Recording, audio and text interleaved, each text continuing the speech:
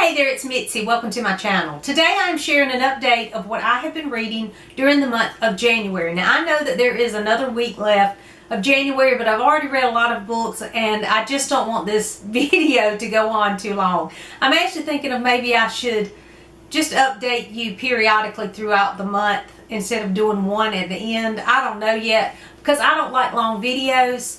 And I tend to ramble the longer I go, and so I don't want to do that. So anyway, this is the things that these are the books I have been reading during the month of January, and it's been a great start to the new year. I'm really excited about sharing these. I had several buddy reads. I joined a new book club, and I've got some 5-star reads. So it's been great, and I'm really excited to share these because there's some great ones. So here we go. The first one that I read was and I normally don't share rereads, but I will with these because they were buddy reads. So the first one was a buddy read of, let's see where it is, 84 Cheering Crossroad by Helene, Hanff. And I talked about this already, so I won't go into many details about it. If you haven't read this though, and you watch my channel, you're a book lover, so you would love this book. It's just it's nonfiction, and it's just letters. It's correspondences between a lady in New York writing to a bookseller in London, I think it is. And it's just one of the best nonfictions I've ever read, and so if you are a person that likes books about books, you need to read this one. But I had read it last November. I think I read it for Nonfiction November, and it was so good. I just loved it, and I just devoured it quickly. But after I read it, I thought, I think I want to start the new year by reading this. And so I don't know if I'll do the same thing next year, but I did, and I mentioned it on my channel. And so one of my viewers, Jennifer, decided to read this with me. And so we buddy read this at the very beginning of the year, and it was a great start to the new year. And then I also had another reread. This one I had already read before as well, and it was a buddy read of The Magicians Nephew by C.S. Lewis. With my son, my 17-year-old, he wanted to go back through the Chronicles of Narnia. He thought it would be fun for us. Well, I encouraged him to do it, but he thought it would be fun to go back through them and read them together. And so we read The Magician's Nephew for our first buddy read, and that was a lot of fun, being able to read the chapters and talk about it with my son. Okay, so then, let's see. I also read, I will do The Man in the Brown Suit by Agatha Christie. I loved this. I did not know that I was going to love this as much, and I've been so pleasantly surprised about reading these Agatha Christie books because I'm really enjoying them, as you know if you follow my channel. But this one I haven't heard anything about. I mean, I never have heard anybody even talk about this book, The Man in the Brown Suit. So I didn't have high hopes. I thought, okay, this is one of her books that's, you want to read if you're going to read all of them, but it won't be as great as some of the others. But it was great. I loved it. In this one, the detective person, the person solving the crime, is an amateur sleuth kind of person. And she is, what's her name? Anne Bedingfield. And Anne was a great character. I really liked Anne. She was clever, witty kind of person. And another thing that I loved about this book is it takes you, of course, on the twists and turns, but in a totally different direction than what I thought it was going to be. When you first start the story, you think, okay, what in the world? And then it goes in a totally different direction. And I really liked that about it. It was a true journey, a true adventure. And so I don't want to say too much about it because I like that I didn't know those things going into it. But I think it's an underrated Agatha Christie from what I'm gathering. I don't hear a lot of people talk about this one, but I really enjoyed it. So this was a great Agatha Christie. And next month, the read for the Agatha Christie challenge that I'm doing, the Read Christie challenge or something like that from agathachristie.com. And so next month's books, I want to read one a month. Next month's book that they suggested for the prompts was Death on the Nile. But my problem with that is I think that is a Poirot book. And so if you've read it, is it going to be one that I should start with or not? Because I kind of was thinking just do the standalones first. So let me know what you think in the comments, the order I should go. I'm not really sure what the Poirot order is, if it's a problem reading it, you know, next month. I was hoping to read all the standalones first, so let me know in the comments. I know that they're doing Death on the Nile as their main book for the month because there's a movie coming out, but I don't plan on watching the movie anytime soon, so it's fine if I wait on that one. So let me know in the comments what you think. Okay, so anyway, that was my next book. I also read an A.W. Tozer, The Crucified Life. This is a Christian nonfiction. If you've read The Pursuit of God, which is wonderful by A.W. Tozer, this is another one by him. And I like this one, but not like I love The Pursuit of God. And I mean, I've annotated and marked a lot of things in this book.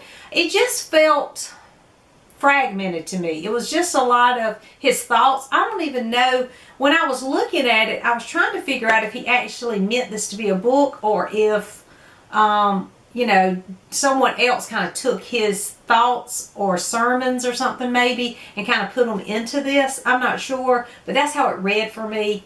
It's some great thoughts in here, but it just didn't strike me like The Pursuit of God. But anyway, it was a good read.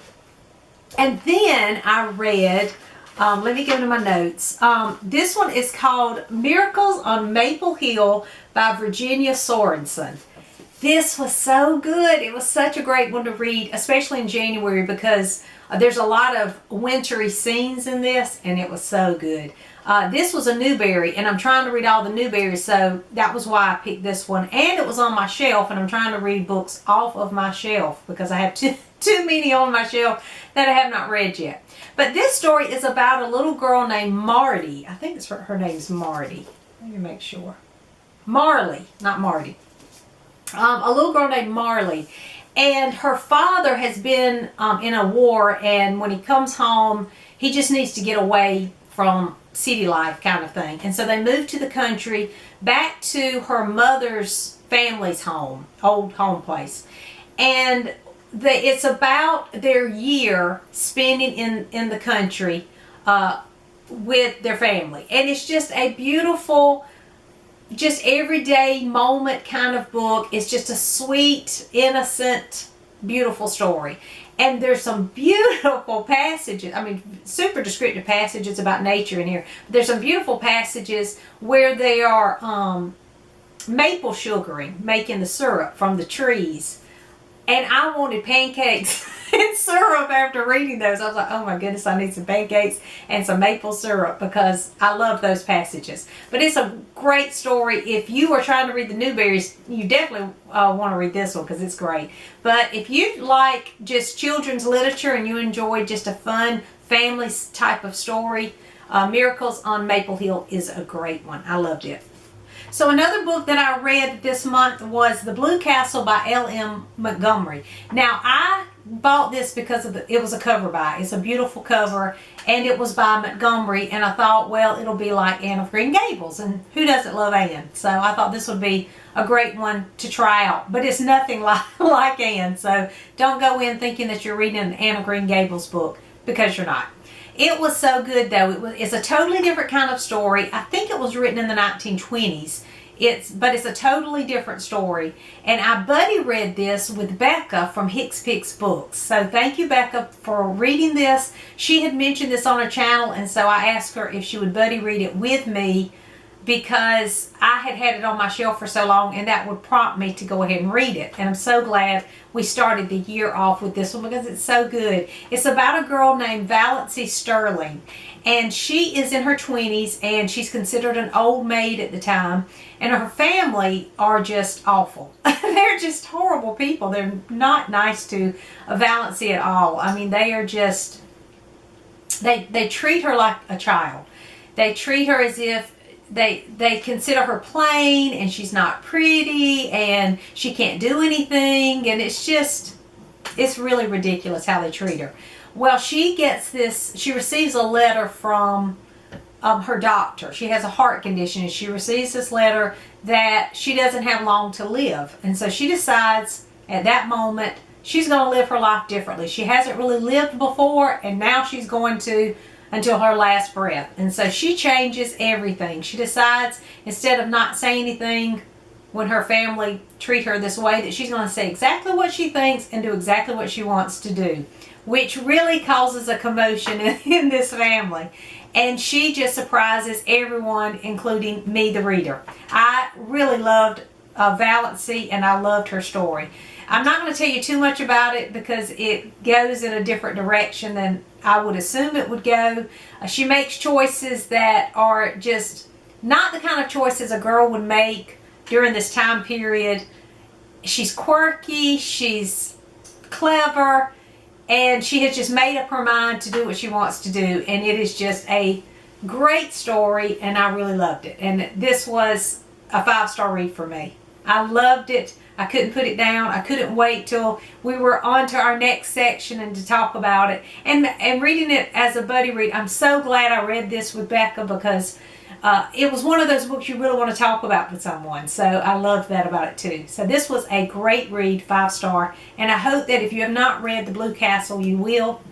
And also, I do wish this was a movie. As I was reading this, I could see this as a movie. It's really good. And someone needs to make a movie of this one. It was a really good one. And then finally, I read Emily of Deep Valley by Maud Hart Lovelace. And again, this was a 5-star read. This was so good. If you have a young girl in your life who's a teenager, maybe starting college, please give them this book and have them read it. It is so encouraging. And Emily is the perfect role model for not only young girls, but for all of us. I just loved Emily.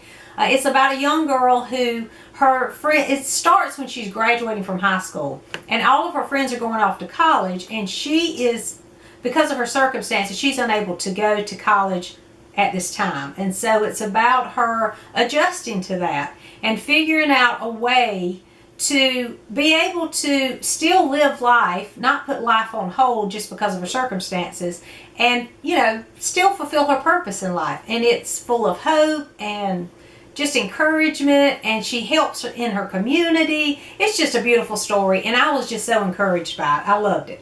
And what was so great about it too was this was the first read for our Kindred Spirits Club hosted by Kate Howe. This was the book she assigned for January. So we read it, and then we met last weekend to talk about it. So that made it even better, because everyone in the group seemed to love it just as much as I did, and we all had those same kind of warm feelings about Emily. We all, you know, just admired her as a character. So that made it even more fun after we read it to celebrate it together. And so I'm really excited about the Kindred Spirits Club, because Kate has planned out some activities for us, some things to discuss each month, and some great books to read. And so I know that I'm going to enjoy that, because most of the time, if Kate Howe says to read it and I read it, I love it just as much as she loves it. So we are kindred spirits when it comes to reading. And so I'm excited about that. So those are the books that I read during the month of January. What have you been reading? Let me know in the comments.